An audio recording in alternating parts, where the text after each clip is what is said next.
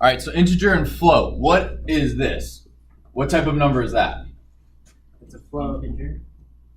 It's a float because it has a decimal. What is that? This is an integer. Now, what if I have x equals 13 and y is 42? 42.00. It doesn't work. Doesn't work. What do you mean it doesn't work? It doesn't work because it's a float. If it, Can't use an integer. well, you can transform it into an integer. So let's say I want this to be 42 exactly, for whatever reason. How can I do that?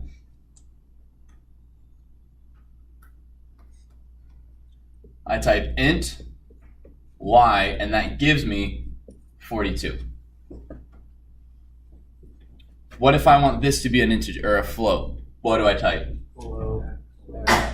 Float x, and that's going to give me what? 13.00. Yes.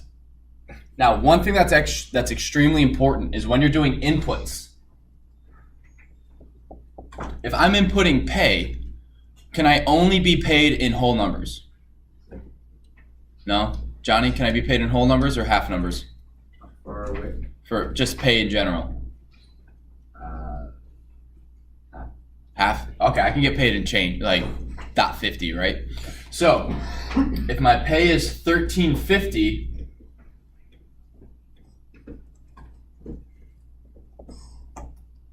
right? And I type in $13.50,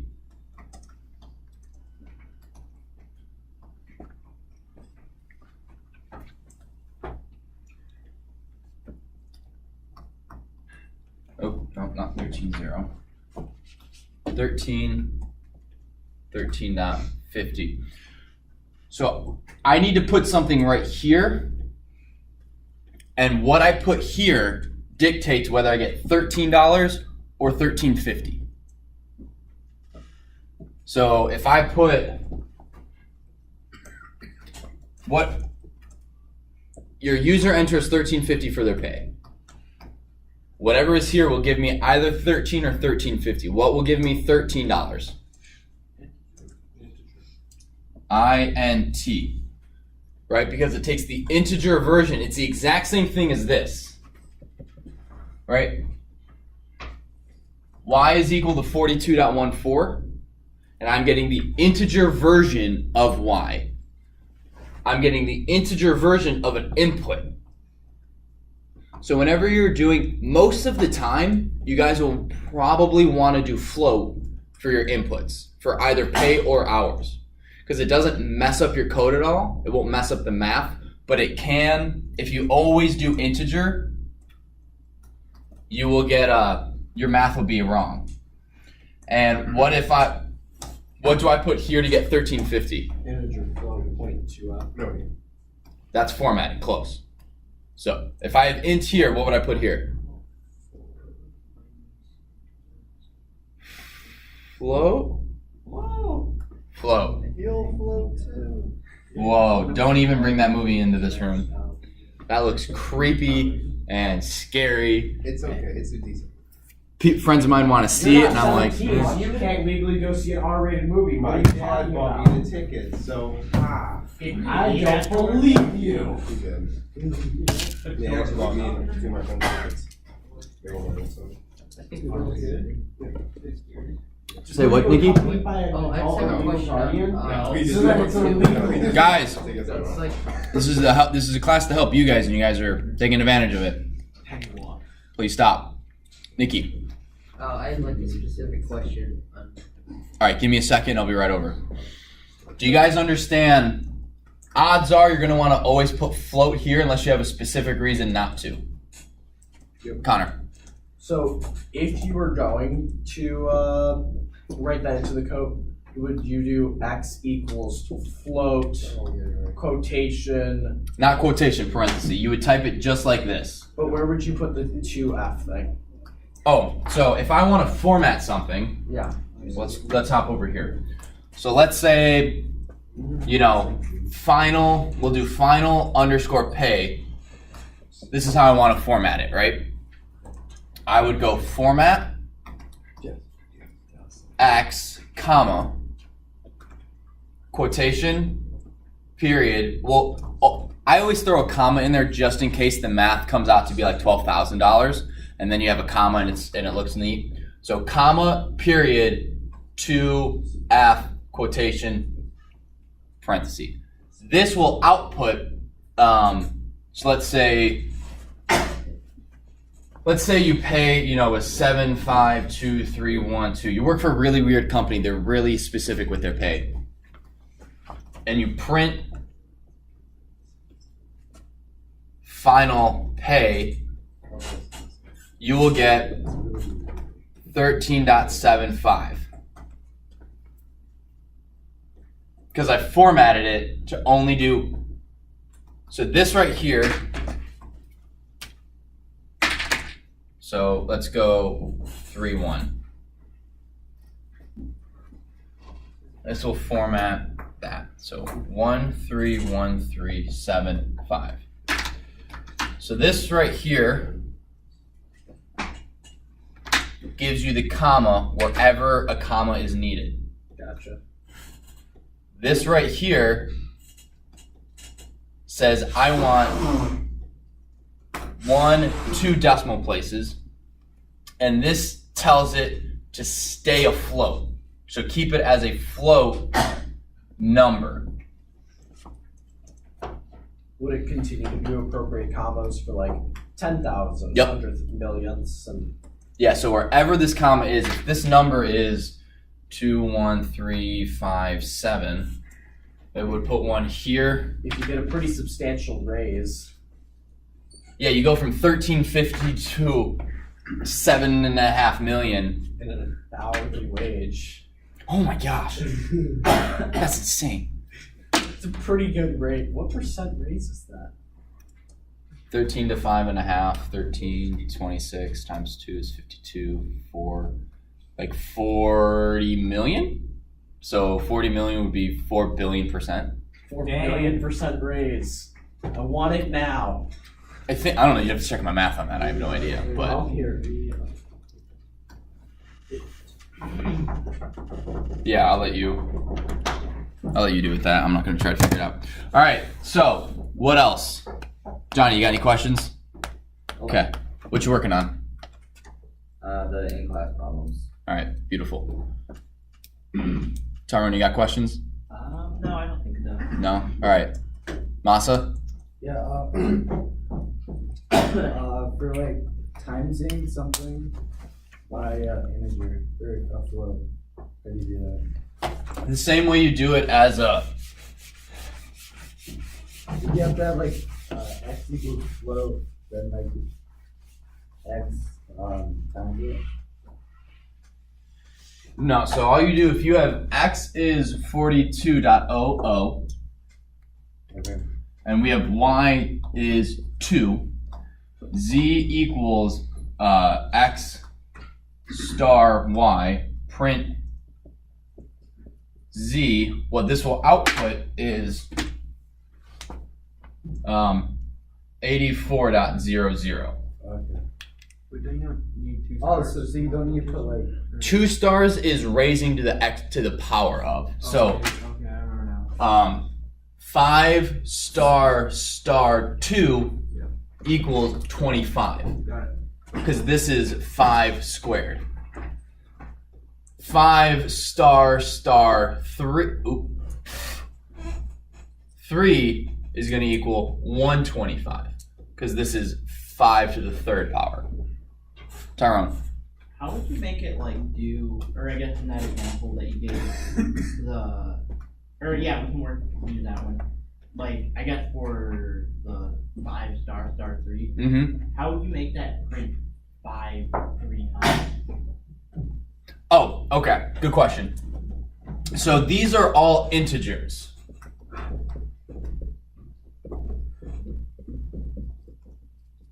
Right? Yeah. If I wanted it to print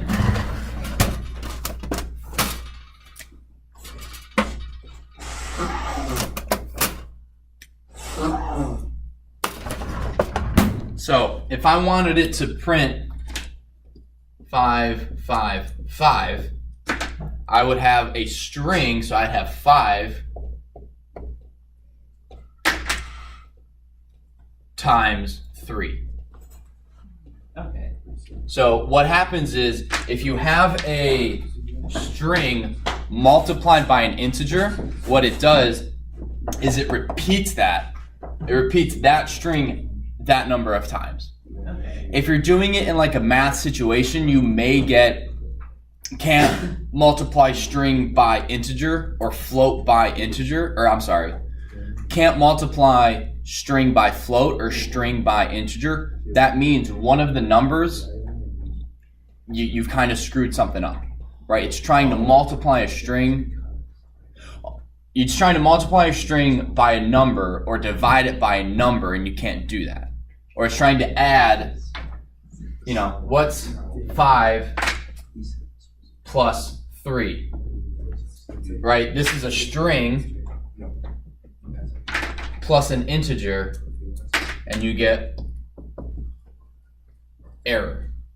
Because I can't add a string to an integer, but you can times it to get that. Okay. Okay? What else? Who else got questions?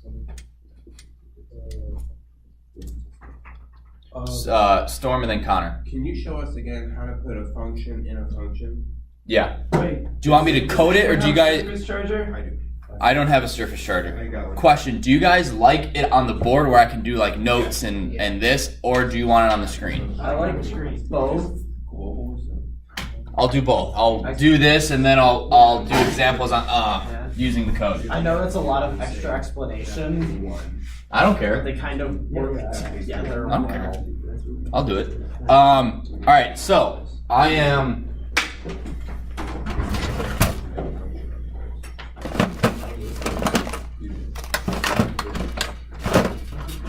Oh, there's a blue. I knew I had a blue somewhere.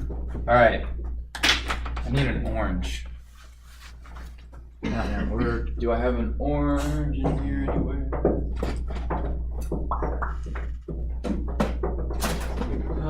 Doesn't look like it. Okay, so I can't mimic the colors exactly. I'm sorry. I'll do my closest. So we'll go brown. So when I define a function,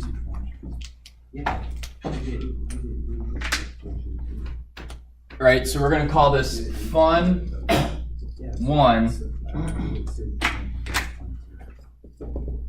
All right, that looks familiar, right? Then I'm gonna go.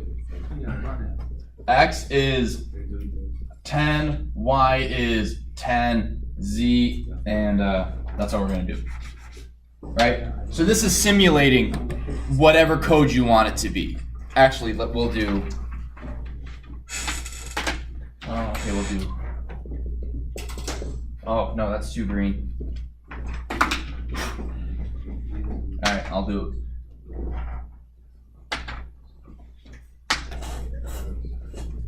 Float input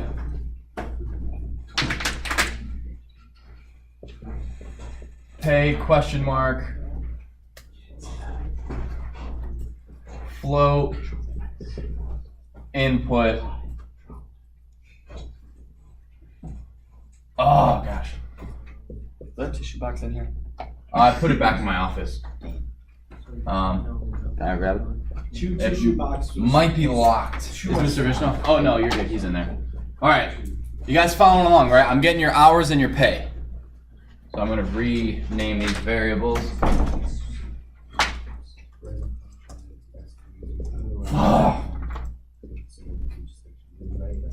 That will not work. This won't work. Yeah, because you never ran it. I haven't gotten there. Oh. Are you jumping ahead? You're getting ahead of me, man. You're getting ahead of me, Nikki. Does Python know the order of operation? It does. So if you have 3 plus 5 times 9, that will equal 48. You'd have to do this to get 72. So it does follow order of operations. So let's say I want this, right? Yeah. I will then go, I want to pass these two functions, these two variables to a different function for whatever reason. What I'm going to do is I'm going to write fun2 pay hours. Okay? Then I'm going to write define fund to pay hours. You guys notice these are the same. Whoa. There's something wrong with the Matrix. It's a glitch in the Matrix. They changed something. You guys see that these are all the same, right? Yeah. Then what I'm going to do is I'm going to print. Wait, there has to be a semicolon after hours, right? Oh, yes, thank you. I messed up. Oh, I always mess up the tiny things. So And this will output, if I type in, what's my pay, $15, and I work 40 hours, it will be, we'll do pay times hours. 15 times 40 is 600. So it's actually not going to output.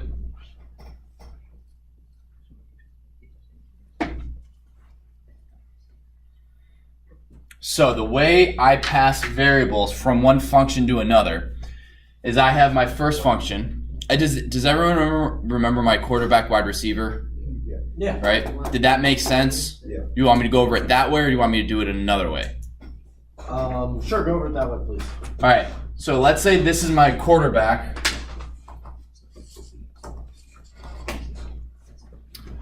And he is, ball, and we'll do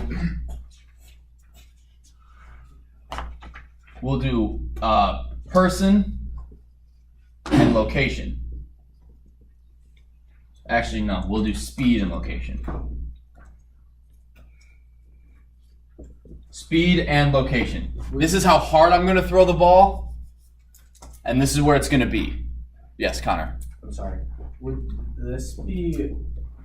What would you use putting a function within the function form? This one. Yeah, what's the purpose of doing that instead of saying to global? So, let's say. All right.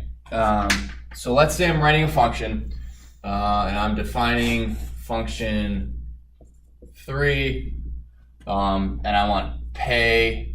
And you can actually, so we're going to get into this later. I can have pay equal a function pay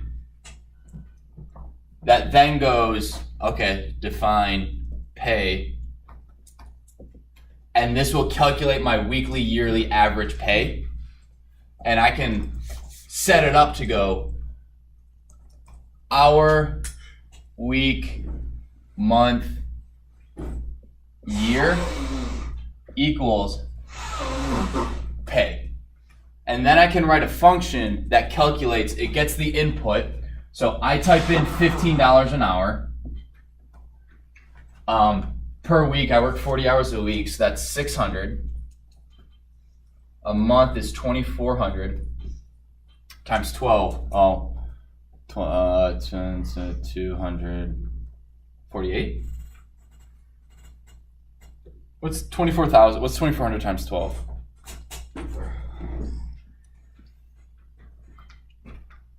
Is that 48,000? 2,880. 2,800.